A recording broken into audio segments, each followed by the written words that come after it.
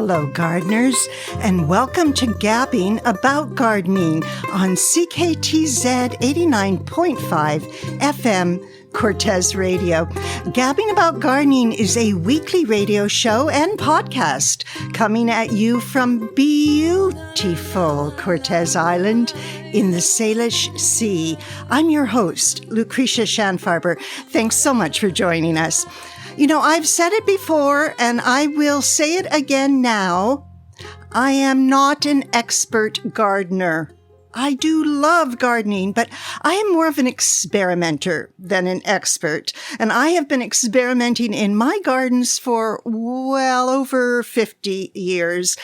Oh dear, that is dating me. And I admit, I am a bit obsessed with composting, and I have an insatiable curiosity and a growing fascination with soil health. I also love to watch how plant communities interact and how unexpected plants show up in my gardens. And I do love to gab with people who have gardening expertise. There's so many of them available to us. People with all kinds of gardening expertise and advice. So that's what I do. And that's what this show is all about. Gabbing about gardening. Hey, we are super, super grateful to our main sponsors, Speedy Bin Compost Bins in Merville. I love my Speedy Bin Compost Bins. They're so easy to use. They're easy to empty, which is a big thing. They're rat-proof, raccoon-proof, and yes, they really are speedy. I've just harvested my third batch of compost from my Speedy Bins, and my garden soil and plants are loving it. So check out Speedy Bin, speedybin.com. Speedy Bin compost bins are made on Vancouver Island. Speedy Bin is a family-owned business, and Joyce will be happy to help you choose the right Speedy Bin for you. We're also sponsored by Cortes Market, celebrating 30 years of serving our island community. You'll find all kinds of wonderful gardening supplies at Cortes Market. I get my gardening gloves there. I get gardening tools like sharp pruners and hand secateurs, bedding plants, safer soap, seeds, lots of seeds, beans, peas, cucumbers, squashes, lettuce, herbs, lots of seeds for planting your winter gardens, which it's coming up and time to talk about. We'll talk about that today, in fact. So jump over to Cortes Market and check out the garden supplies. Cortes Market, your local source for local gardeners. Thank you also to all the garden club sponsors of Gabbing About Gardening. We so appreciate your support. And today on Gabbing About Gardening, we will gab with the bee doctor, Dr. Mark Winston. Mark has been studying bees and writing fabulous books about bees for a very long time. And he says we have some important lessons to learn from them. He'll gab about bee time, lessons from the hive. And also on today's show, we'll gab with one of my favorite gardener guys, market gardener and gardening teacher, Adam Schick from Linnea Farm on Cortes Island. Adam is going to get down and dirty with his tips, tricks, and honest opinions. Spoiler alert, growing corn is not high on Adam's list. And then we'll gab with entomologist Dr. Linda Gilkeson. Linda is the best-selling author of Backyard Bounty, the complete guide to year-round organic gardening in the Pacific Northwest. Dr. Gilkeson will help us start to plan and maybe even plant our winter gardens. Yep, that's right. Now is the time to start planning and planting our winter gardens. And we'll hear more about that later in the show. Coming up right now is one of the world's leading bee researchers, Dr. Mark Winston.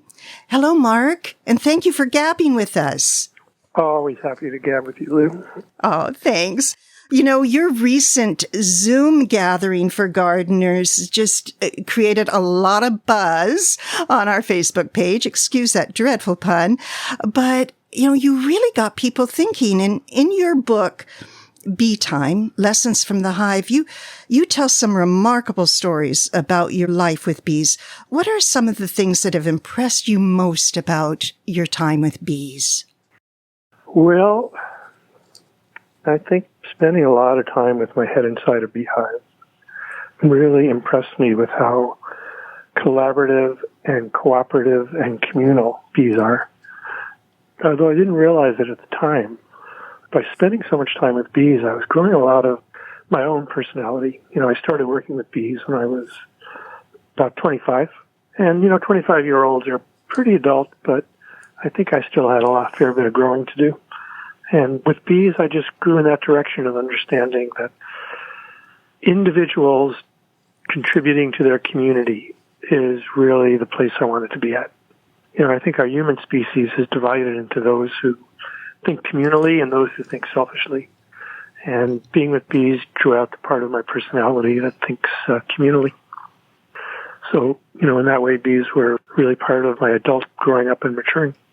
I've heard you talk like this a few times now, and every time you say it, I get more and more a feeling that bees have got real mojo and Jedi action going on.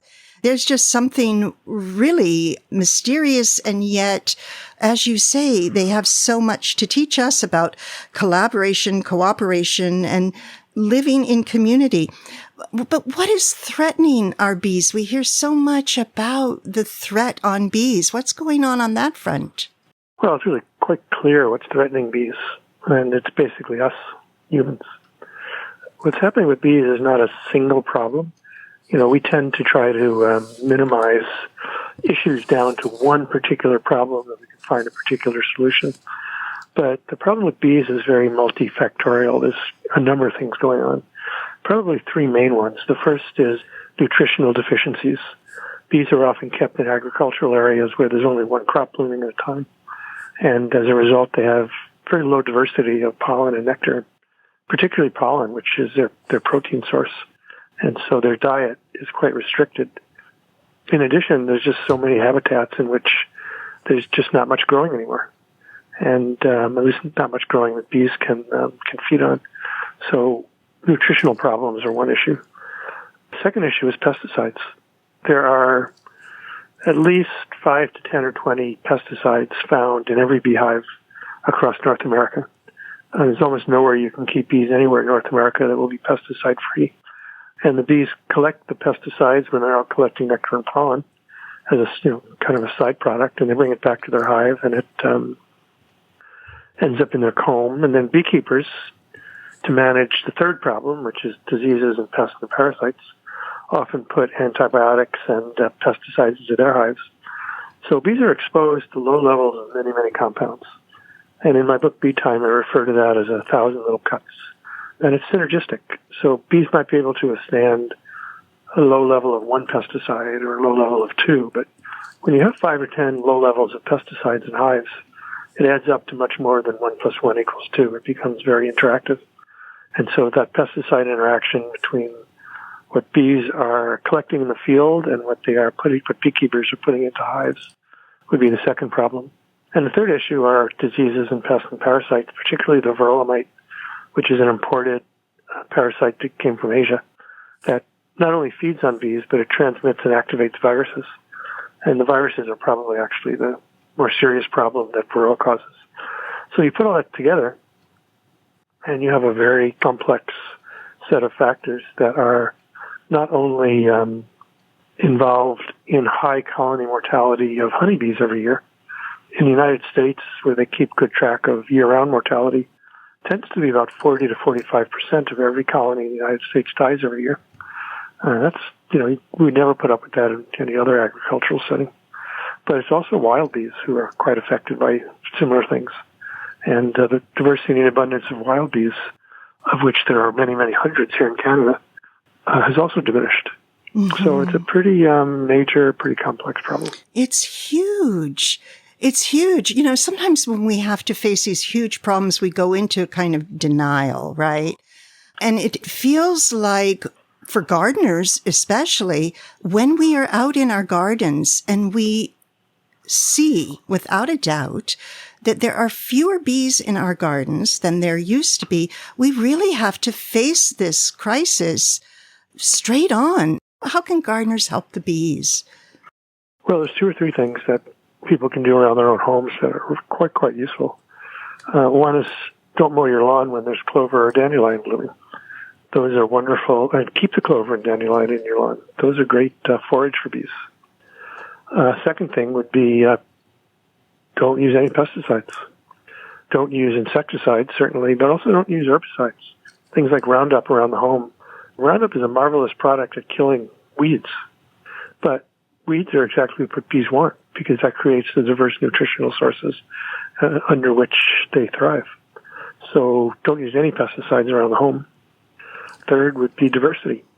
The more diverse plantings that people can do, the wider the range of bees that will be attracted and the wider the range of nutrition that'll be out there for the bees that do get attracted to the plants. So lots of things that home gardeners can do, and they do make a difference even locally. You know, people that have that kind of yard will be the ones that have lots of bees in the yard. And people that don't will find that their yards will be a bit of a bee desert.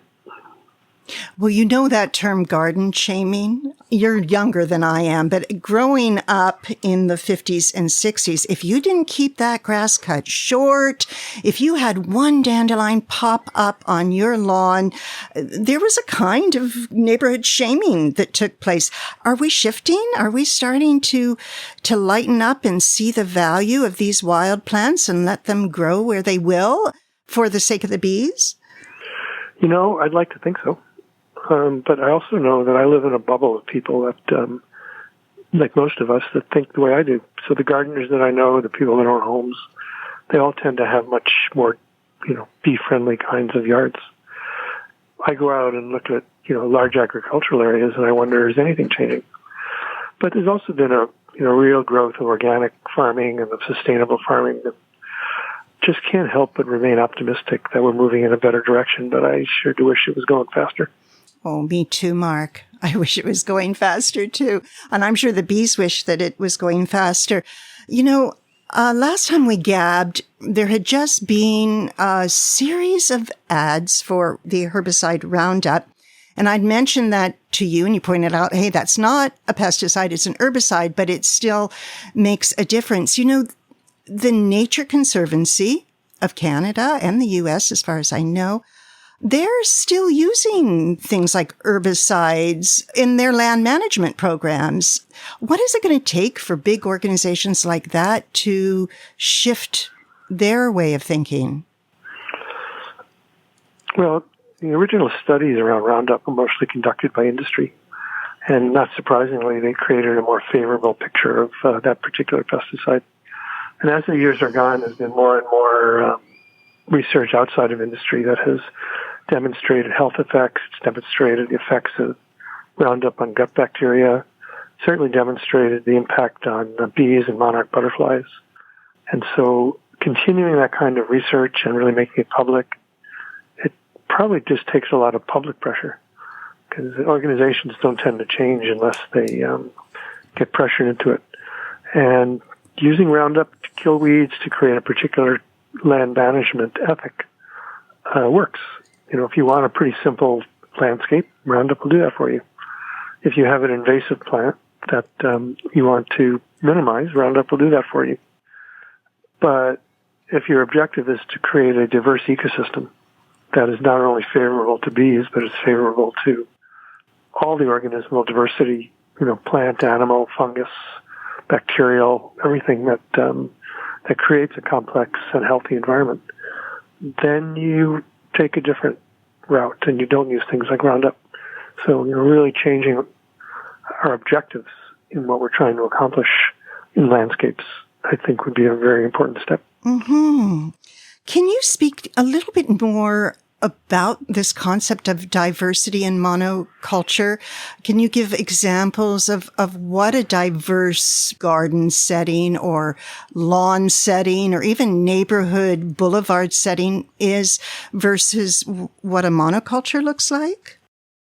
Yeah, well, urban areas actually are quite diverse because they have so many different habitats with so many things blooming at such a range of times of the year. You compare that to a lawn, which is a terrible monoculture when you kill all the dandelions and clover, or you compare that to most commercial agricultural settings where the idea is to have one crop in the field and that's it. You look at a blueberry field and everything surrounding it, and there's just nothing there but blueberries. But you let weeds grow up, or you plant things in between the rows that might be attractive to bees. You let the dandelions bloom, you let the clover bloom.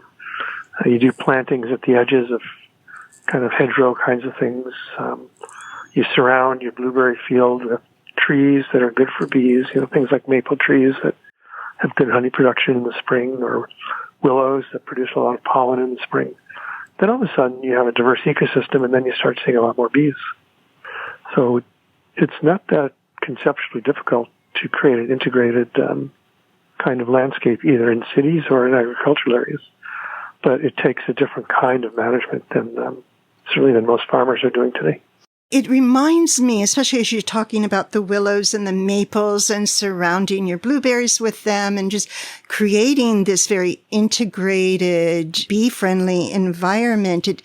I'm getting a vision of like a food forest canopy, less of the let's cut all these trees down and plant corn versus, let's really create a lot of plants, a lot of attractive habitat for bees and birds and all of the other wonderful critters that we want to live with in our gardens. Yeah, it's a lesson that we know. Gardeners know this, ecologists know this, but it's not a lesson that people that manage things seem to take to heart.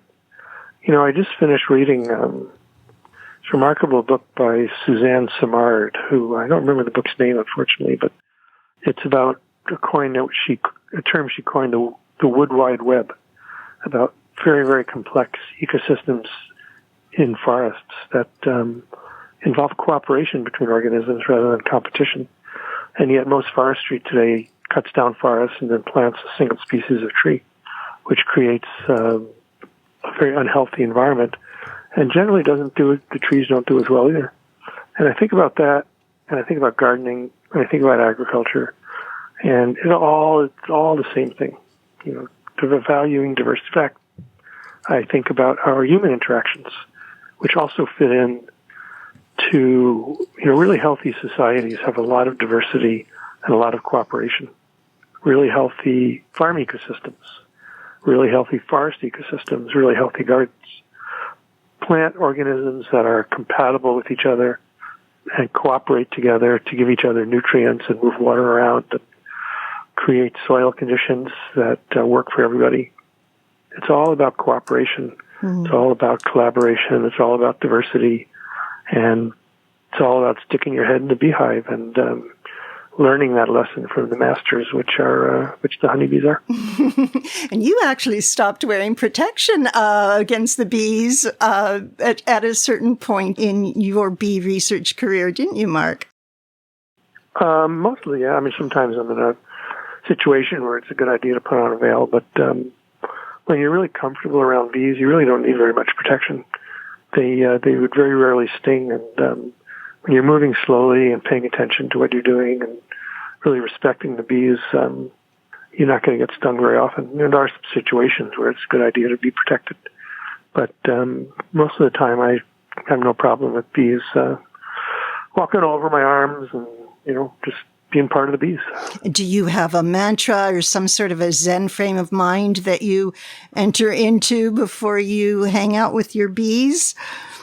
I don't have a mantra, but I definitely have a state of mind. When I go into a beehive, everything slows down. And it's very relaxing and very connecting. So I imagine it's quite a bit like meditation or some other state. But I don't go into bees thinking, okay, I'm going to say these magic words and then this thing's going to happen. But it just happens. And I recognize that for whatever reason, bees are my organism. Just like my wife is my person, bees are my organism. And when we're together, it's a special time. It sure sounds like it. I don't mean to put you on the spot here, but The last time we gabbed, you did some reading from your book, Bee Time. Do you have your book handy, and do you have a little something you could read to us? Oh boy, that's a tough question. I do have it handy, but... Oh, just open anywhere. It's so great. You could just really go with it. You know, you probably would prefer a fairly short piece. Let me just read a little piece about the end of a chapter called Honey.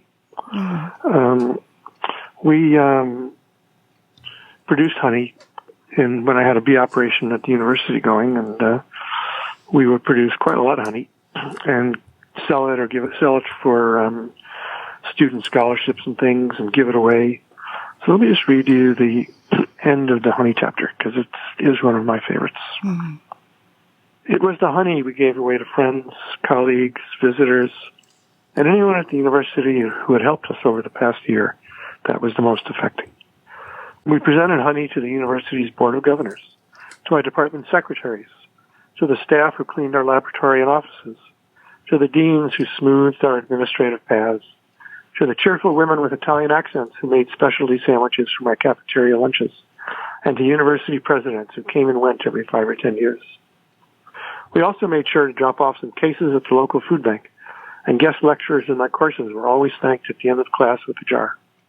I traded my barber 4 jars of honey for a haircut, and bartered honey with a salmon fishing neighbor when sockeye were running up the Fraser River. Each sold, giveaway, or exchanged jar was an opportunity for conversation, a chance to reflect on how reliant we still are on the natural world around us, and how vital it is to preserve nature.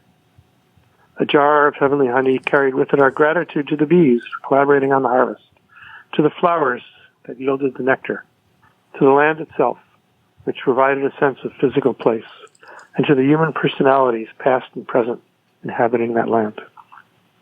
The core of what I learned from my 30 years of harvesting, bottling, selling, and giving away honey is this.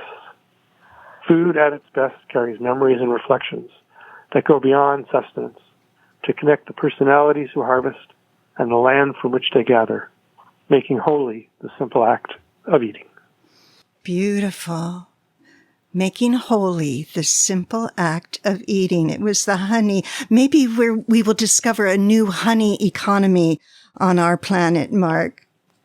I could really see that. But we would need an awful lot more bees to produce enough honey to have a whole planet economy. And just one more quick question. You know, you tell us that we really need to put public pressure on organizations and on the government to save the bees and create more biodiversity for them. Do you have any particular organizations you recommend we reach out to? Well, there is a pollinator lobbying organization here in Canada called the Pollinator Partnership. It's both in Canada and the United States. And it does marvelous work supporting pollinators, advocating for pollinators, lobbying for pollinator protection, doing research. So if there's any one organization that I'd suggest would be a good one to associate with and help out, it would be the Pollinator Partnership. Thank you. Thank you for that. We will follow up on it.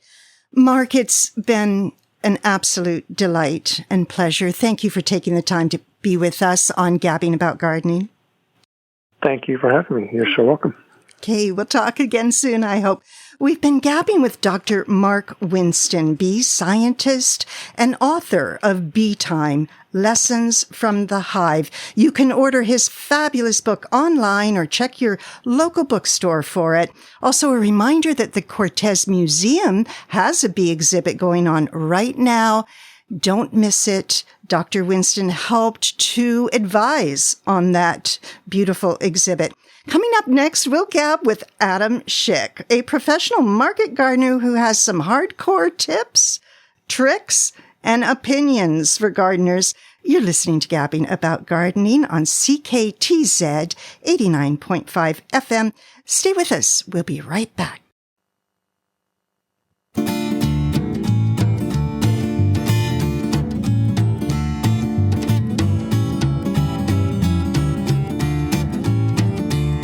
You know the story, once upon a time time there was a boy and a girl and some wicked rhymes. I guess the stars were aligned, don't you know? It's all about timing. She was a real cutie with red apple cheeks. He was a wolf in swan's clothing. She's a mystery. He said this gal's for me. Just wait and see. One day he rode right up and walked on right through the door. He pulled over a chair and stroked her long hair while she just lay there. He said, hey, how's it going? I know that you don't know me just as well. I like the beaches, long walks, I like candlelit talks. Hey, I think I hear wedding bells sometime at midnight or maybe later. He whispers in her ear, I think I love you, dear. The sky's falling. The sky is falling and they're falling in love. He was in a little closer. We'll take advantage, no sir. I've only done this once or twice and you seem pretty nice. The sky is falling. The sky is falling and they're falling in love. But you seem a little under the weather. How about we hang together? I'll put your head in mine and you'll be better in no time. Your troubles will be light as a feather. I hear in a bit of a bind. I'm the right kind of guy you find. Oh, I'll pick up this chair. I'll fight lions and bears to show you just how much I care. Sometime at midnight or maybe later. He whispers in her ear, I think I love you, dear. The sky's falling. The sky is falling and they're falling in love. Has anyone ever told you that you look real fine?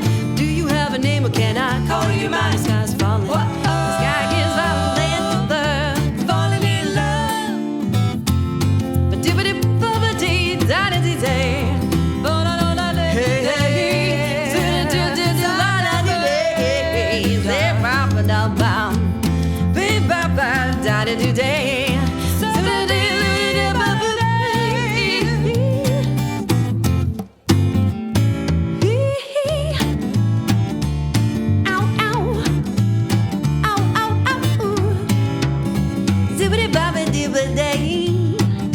Sometime around midnight or maybe later, he whispers in her ear, I think I love you, dear. The sky's falling. The sky is falling and they're falling in love. Have I even told you I'm feeling real blue? It's time for you to wake up and you know that it's true. And he knocks 1, 2, 3. Baby, it's just me. Then she walked right up and said I felt you looking behind my heart. So I opened my eyes and I come to realize you were there from the start. Hello again, gardeners, and welcome back to Gabbing About Gardening. That fabulous music is Willow, the all-woman band from Quadra Island. Love their music. And I love this guy, Adam Schick.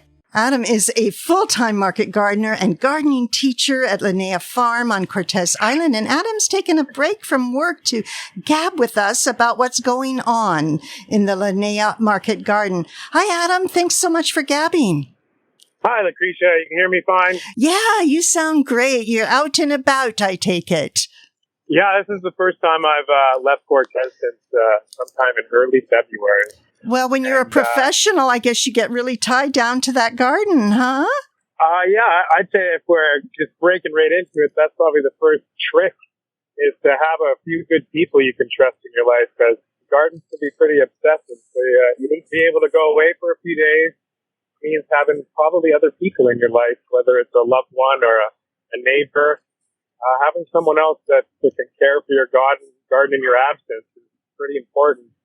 I've had lots of stories of people on Cortes that are just gone for, and even overnight, that deer slips in, and if someone's not paying attention, you don't have much of a garden left when you come back. That's a great first trick. We're focusing on tips, tricks, and your honest opinions. You have a specific opinion about corn you mentioned to me recently. I don't have a problem with corn, but as a market gardener, it takes a lot of space, it takes a lot of nutrients, and unless it's something you absolutely love, it's really hard to compete with, even an organic grower in Chilliwack that has more acreage, more space. I just find corn is sort of a nutrient intensive and space intensive, and most of the way I garden is sort of the idea of being bio intensive, where you're sort of cramming every little foot with as much as you can. And also, as market crops go, things like heads of lettuce and things that mature in 50 days here on the coast, we have the luxury of almost getting 2 crops, sometimes even a third in the time it takes to prepare and make the corn work for you. So unless you're a real lover of sweet corn, I just think corn's a lot of space. I even for a few years tried things like a really great open pollinated heirloom corn grown by Carol Dieppe called Early Cascade Ruby Gold, which was kind of a corn you could, make polenta, grind it. But also, I don't eat a lot of that stuff in my day-to-day life. So I just haven't really found a place for corn to grow. I'm not saying that you shouldn't grow it, but for me, it just takes more time, energy, and space, and I'm willing to give it anymore. And I think that's where the honesty came. I don't like everything. And I think that's also probably another trick, tip, whatever you want to call it. If you have a garden, you want to make sure that the stuff you're growing in it is stuff that you love to eat and process, because there's really no point growing a lot of something if you then have to spend a bunch of time figuring out what to do with it. Isn't that the truth? And it seems so obvious, but sometimes just gardeners get into growing what they think they should grow rather than really asking themselves that question. What do I like to grow? What do I like to eat? What do I like to process? So thanks for bringing that forward. I'm actually going to think about that even more. So what are you growing in your gardens these days, Adam? This is a full-on season where we're still sowing things like, lettuce to have a continued crop through the summertime. Just started a few winter vegetables in the last little while too. So things like Napa Cabbage for fall, kale, all that stuff starting again. So this is really, I find, the most challenging time of year as a market gardener, because I'm now starting to harvest food for sale. I'm still planting like I was in the spring, and now we have all the maintenance that comes with that. So those crops that were, wow, I'm so happy I planted that last month. It's now, I have to, if it's a tomato, I'm staking it, I'm tying it, I'm pruning it. We're constantly weeding it, and it's been pretty gentle so far this year where we haven't had to water because the sky has provided. But sometimes, and for the last few years, it's been a little bit drier at this time of year. You have to water on top of everything. This is sort of when all of the seasons collide in the garden, which again is a tip. If you're trying to grow food for yourself, so the idea is to grow stuff year round. So if you spend all your energy trying to put a spring garden in, you're really forgetting about the summer and the winter. And right now it's nice. You can go to the store. It's easy. The ferries are running, but come February, that's a little trickier. So it's nice to have kale and the leeks and all the winter garden stuff in for those times when there just isn't such abundance. Good reminders, good tips. I also hear in your voice this underlying message of pace yourself. Yourself. Yeah. It's not a sprint. It's a marathon, especially when you're trying to do it. And I'm now getting on to be 20 something years of doing it. So I am stubborn, but I think there's a little bit more than stubbornness. It's pacing is very, very important. And living in place, living in the season, all these things are really important. I have a little note that I wrote down here. It said to myself, it's plant what you can manage, not what you can manage to plant. And I think a lot of people just get into that thing of wanting to fill their garden in the springtime, where really it's about, like I was saying, it's like, how are you going to manage that? How much time do you have? If it took an hour to plant it in the spring, are you going to have those 2 or 3 hours later on to weed it and maintain that crop? As I get older, I'm finding more and more in life that new stuff is exciting, but a lot of life is about maintenance and managing, the beginning and the end, those are quick. It's what you do in the middle that's most of your life's work. So, Well, I think you have beautifully married the philosopher and the market gardener. And we need that kind of philosophizing. Plant what you can manage, not what you can manage to plant. That's definitely going up on my refrigerator with a magnet. Yeah. Now, what about seed saving? Has that started in your gardens yet? So much of seed saving, nothing.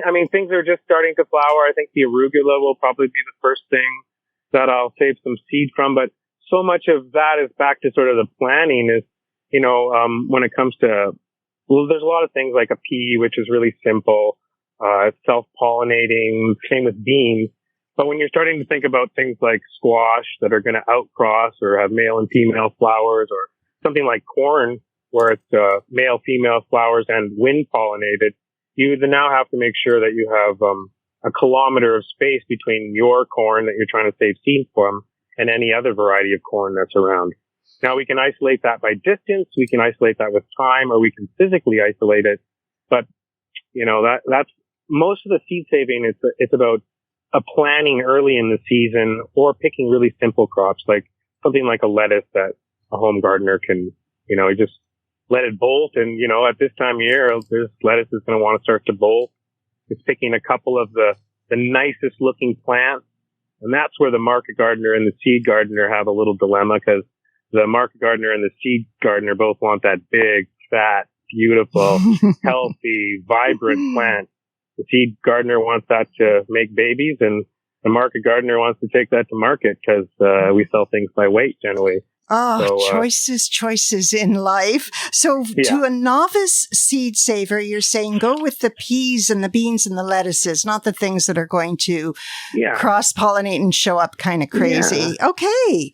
Yeah. Wow. And the only other little tips I had down here, and this is something that I forget how important it is, but in the last few years, there's been a lot of people asking about Napa cabbage, right? Kimchi, amazing food. Great, something you can store, ferment, feed you all winter. But the trick with Napa cabbage is you can start like a brassica in the spring, but if a Napa cabbage sees nighttime temperatures that go about below, 10 or 12 degrees, which is what we're having right now, what it does, instead of making that beautiful, that head that we want from the cabbage, a Napa cabbage, if it experiences those cool temperatures, it bolts. So a lot of people plant Napa cabbage like you would broccoli or cauliflower towards the end of April or early May.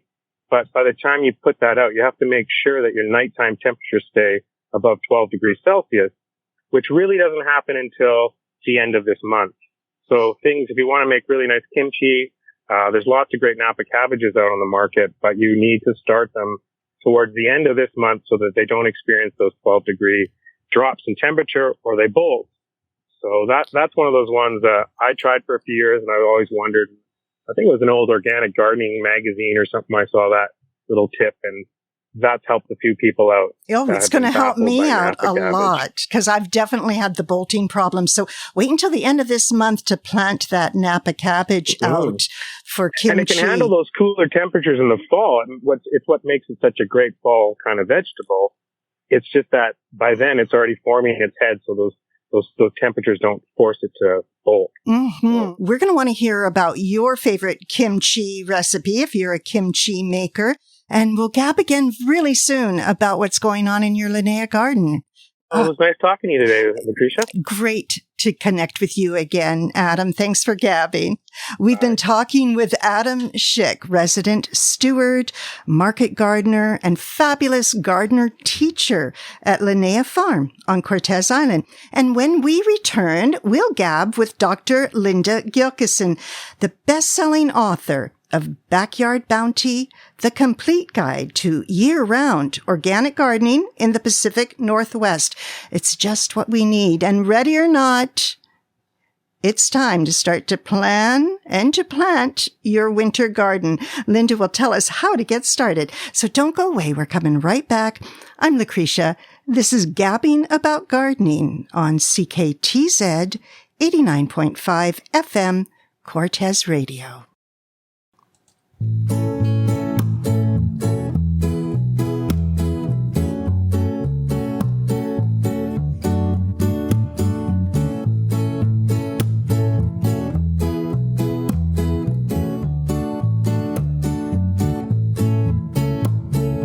Carry on, regardless of what everyone else says, 'cause you are the one who knows your own heart, and it's you that must decide, and it's you that must decide.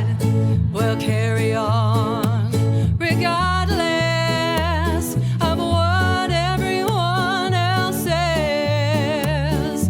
Let your heart and soul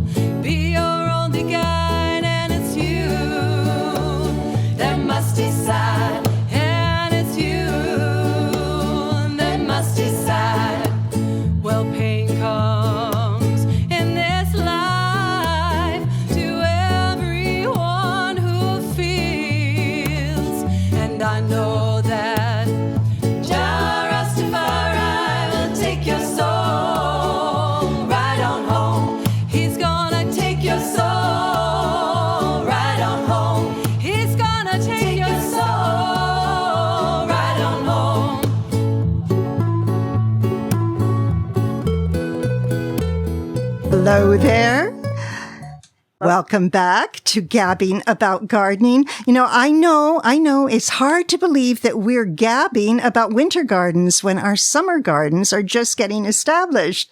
But Dr. Linda Gilkeson, the author of the award-winning and best-selling book, Backyard Bounty, she makes it all sound so doable. Linda is on the line from her garden home on Salt Spring Island. Hi, Linda. Thanks for gabbing with us. Oh, sure. This is fun. I love to do this. Oh, and you do it so well. I subscribe to your newsletter. I check out where you're gabbing. I peek in on the Zooms you do. So a lot of people, the idea of year-round gardening is really new. So what do you say to novice gardeners who are just learning about the concept of year-round gardening? Well, just get started. But you do have to remember that we're not planting things in the fall to eat this winter. We have to plant them. We still have to plant them in the growing season. But we are planting things that are going to be hardy enough to be out in our garden all winter, and then we can just keep going out and picking them or digging the carrots or whatever. So the gardening still happens in the gardening season, but the picking and eating happens 12 months of the year. That's a real motivator for people. Yeah, and so you need to get started now, because from now till sometime in August, there's periods of time that are the best for planting some of our winter vegetables. When a garden club invites me to give a talk on this subject in September, I always turn it down, because it's the one time a year that's too late to do anything, and it'll just make the gardeners all cry. Oh, right. I've been there. So this is a perfect time of year to get started on this. So we're just about mid-June. Is there something we can be doing now or in the next few weeks to get this? Well, this week would be a very good week if you're planning on planting hardy winter broccoli, the overwintering broccoli that's actually not going to produce broccoli this summer. It'll start producing it in March next year. You need to seed that this week or two. Then by the end of June, middle to end of June is a good timing for that. Now, coming up, the 1st of July, and I know you'll know this because you read my newsletter, but the 1st of July is Carrot Day at my house.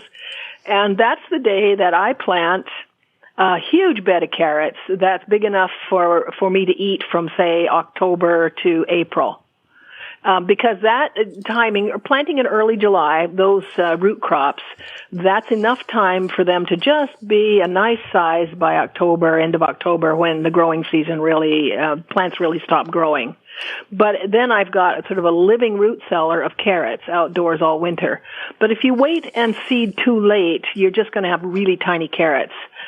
And in the spring, they won't get to be bigger carrots. They'll just they'll just put flowers up. So they don't go on and become bigger carrots if they're too small in the fall. So while everybody else is celebrating Canada Day, you're celebrating Carrot Day. Absolutely, Carrot Day. And then I can go off and celebrate the rest of the things. I always think it's very nice of them to do fireworks on Carrot Day. But anyway, yeah, it's perfect timing. I wouldn't leave it much later than the first week of July. And, of course, carrots are a crop that, as long as they're big enough, they can stay in the ground. They can get a little bigger or a little smaller, and they're perfectly edible at any size. And everybody thinks carrots must be easy to grow, but honestly, Linda, they've been one of the most difficult things I've ever learned to grow. Yeah, and I know you've mastered it, so let's get some of your carrot growing tips if we could. Yeah, once they've germinated and you have a nice stand of carrots, they're dead easy because they've got deep roots and, this is all fine. But getting them to germinate is difficult because they take quite a while to germinate. They don't come up really quickly like a radish comes up in a couple days in this temperature. The carrots are still going to take more than a week and possibly 10 days to come up. But the soil can be too cold for them to germinate and the soil can be too warm for them to germinate. And during this whole germination period, the soil has to stay moist. So it's one thing to keep soil moist for a few days while lettuce is coming up, but carrots need to be moist the whole time.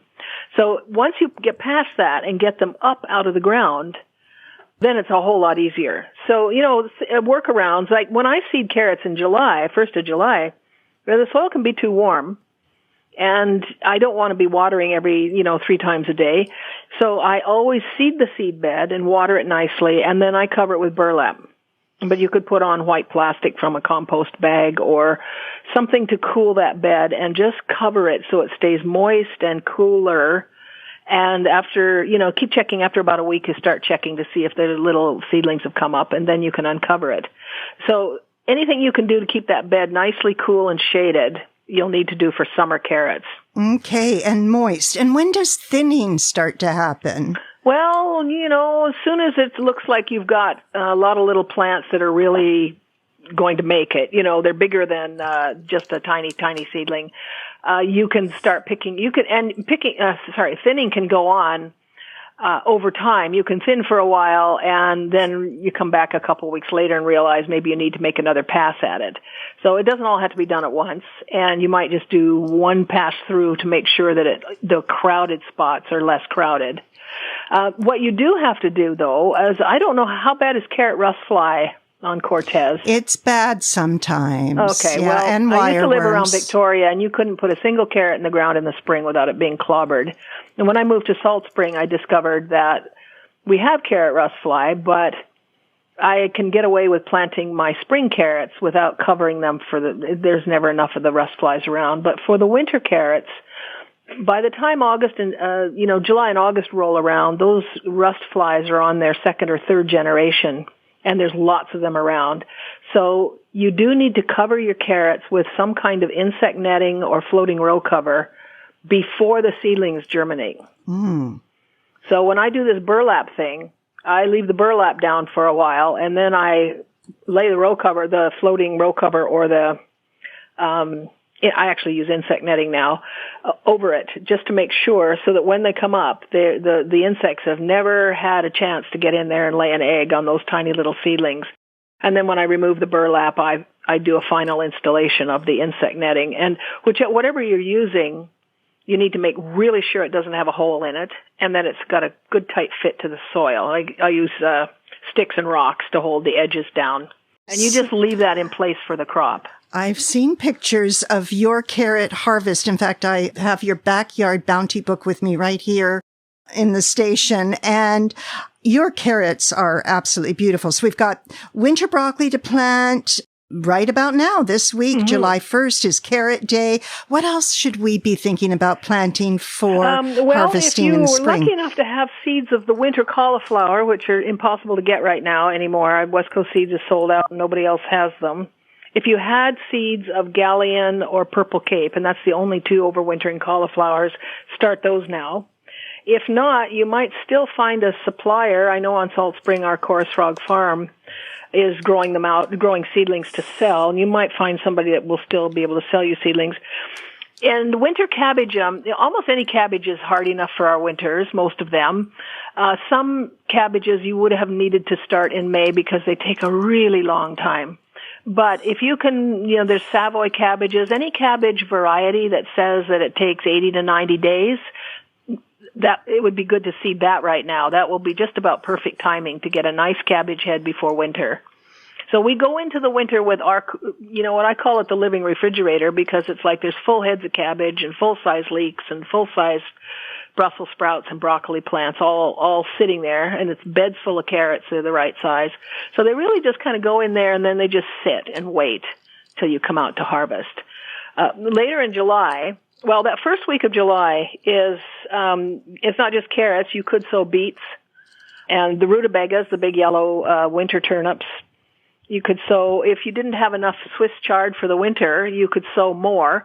Kale and Swiss chard and things can all be sown in July to add to the ones that you probably sowed already in the spring. Mm-hmm. Because in the wintertime, when you go out to pick chard in the summer, you pick a couple leaves off of it and you come back and it's just grown more leaves. Right. In the winter, you go out and you pick a couple leaves, and then nothing happens. You go out and it still doesn't have those leaves because it can't grow it when it's that cold. So you need more of the leafy greens because you're going to just treat it like a refrigerator. You're going out and picking, and they're not growing back. In the spring, they will grow back. And are you a corn salad fan? Oh, yes. Aha. I thought I'd see pictures of corn salad on some of your books and pictures and websites. And what about peas? Can we do another planting of snow peas? I do plant peas up till the end of June. I absolutely do another planting of peas now, and that would be for peas that you'll be eating in September and October. but they're not hardy enough to get through the winter to produce peas. Mm-hmm. So this would be peas for the end of the season. Boy, it's a whole other way of thinking about things. I just love it. And you've become very much the face of winter gardening on Vancouver Island and all of our BC West Coast. Are you willing to share any challenges that we should prepare ourselves for? Is there something we should really psych up for? It's not always easy to get these gardens through the winter. No, and actually, it's the changing climate. You know, I've been gardening on the coast for 35 years. It's not as easy as it used to be, and I absolutely don't want to discourage any first-time gardeners at all, but it's just not as easy. And the biggest challenge for us is the variability in the weather, and it's the extreme heat patterns in the summer. That they may just be a couple days. We've already had one heat wave, and a lot of people have sent me pictures of plants going, what's going on with my plant? Well, they were all fried in the heat. They all had heat injury, which looks like a disease now because the leaves have shriveled or turned white or turned yellow or whatever. And it's all heat damage because it was so early in the season and the plants were so tiny. And a lot of people hadn't realized how dry our soil was getting, and that always feeds into it too. So you can get heat injury at relatively low temperatures if the soil is also dry. So I think the big challenge is to be very alert to weather forecasts and be right on top of it. Shade those plants. If it's going to be hot, and over 25 degrees in May is hot for seedlings. That's very hot. As the summer wears on and plants are more used to the heat and the plants are bigger, then we're looking at, when we start getting into heat waves that are above 25 and into 30. And, sometimes when you've got a garden up in the woods and the heat traps in those trees, it's 30 degrees easily. And that's way too hot. Cold weather slows things down, and things are not happy when it's cool and they don't grow, but they die in the heat if they're little seedlings. So shading things, being prepared for that. And then in the winter, we can get an Arctic outbreak. We've always had Arctic outbreaks, but the way the weather patterns are now, we can get them for much longer, and that's when serious damage happens. And so, being ready with tarps to throw over some of the vegetables that are above the ground. The root crops will be fine, just more mulch and you're fine, but throw tarps over leeks or cabbage and things like that. Okay, well, I'm feeling really encouraged. I'm also remembering some words of wisdom my father gave me when I was leaving home at 17, and he said, the only thing you can be sure of is change. Yeah. And I kind of hear you saying the same thing. Yeah, we just have to roll with it. And if I can put a plug in here for learning to save your own seeds, a lot of those seeds you can save very easily, and then it really doesn't matter. You can just go out and throw a whole bunch more seeds in the ground. They don't cost anything, and you can have all you want, and you'll be able to just get that crop going. Absolutely. I love it. I love your style. I'm so grateful you had time for us today. I hope we can gab again soon, Linda. Sure. Maybe I'll just put a plug here. If you go to my website, you can print out a little planting chart for you. It's a little PDF right in the middle of my homepage. You can stick it on your fridge, and it tells you all of the planting windows for the rest of the summer for things that we would eat this winter. That's Linda Gilkeson, GILKESON.ca. Yeah, and it's Linda Gilkeson, one word. All one word. You are one remarkable lady. Thank you so much, Dr. Linda Gilkeson. Bye-bye. Bye-bye. Now, we've been talking with Dr. Linda Gilkeson from her home garden on Salt Spring Island, and she's encouraging us to get those winter gardens in. Carrots, beets, rutabaga, Swiss chard, corn salad. Oh, yum. Well, that's our show for today. Next week, we'll gab about seed saving even more. We're going to talk to the seed saver of Canada, Dan Jason from Salt Spring Island. He's written lots of books. He's started lots of seed banks. We're going to get some tips from Dan Jason. We'll also check in with Jennifer Banks-Dahl about growing and eating strawberries. Yum, 'tis the season. And peas, they're coming around too. And we'll gab about compost with Connie Kuramoto. Oh, as you know, compost is one of my favorite subjects. So join us next Tuesday here on Gabbing About Gardening on Cortes Radio, CKTZ 89.5 FM. And do please join us on our Gabbing About Gardening Facebook page and on Instagram. Gabbing About Gardening also has a YouTube channel featuring garden teachers gabbing about all kinds of gardening topics. And be sure to go to cortesradio.ca to hear our Gabbing podcast. Thank you again to our show sponsors, Cortes Market and Speedy Bin Compost Bins. And thank you ever so much to Aidan Mahone for producing today's show. Did a remarkable job. I'm Lucretia. Thanks for tuning in. Now go outside and get dirty. All my relations come, every nation come, all my relations under the sun, we are one, we are praying come, we are praying come, we are the song and we are the drum, we are one, we are the river come, we are the river come, we are the boat, the paddle, the shore, we are one.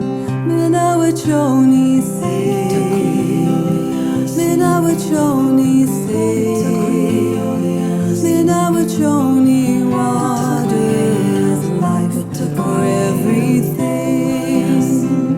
We are the water say, we are the water say, we are the water, we are where all life begins. We are the ancient ones, we are the ancient ones. In your breath and bones we sing on, we are one. We are the meadow come, we are the meadow come, we are the lark that sings a new day has begun. We are the new day, run, run, run. We are the new day, run, run, run. We are the old and we are the young. We are one. Minawachoni say, Minawachoni say, Minawachoni water is life for everything. We are the water say, we are the water say, we are the water, we are where all life begins. We are the earth and sky, we are the thunder cries, we are the fire, we are the light in your eyes. We are standing strong, like a rock, like a star.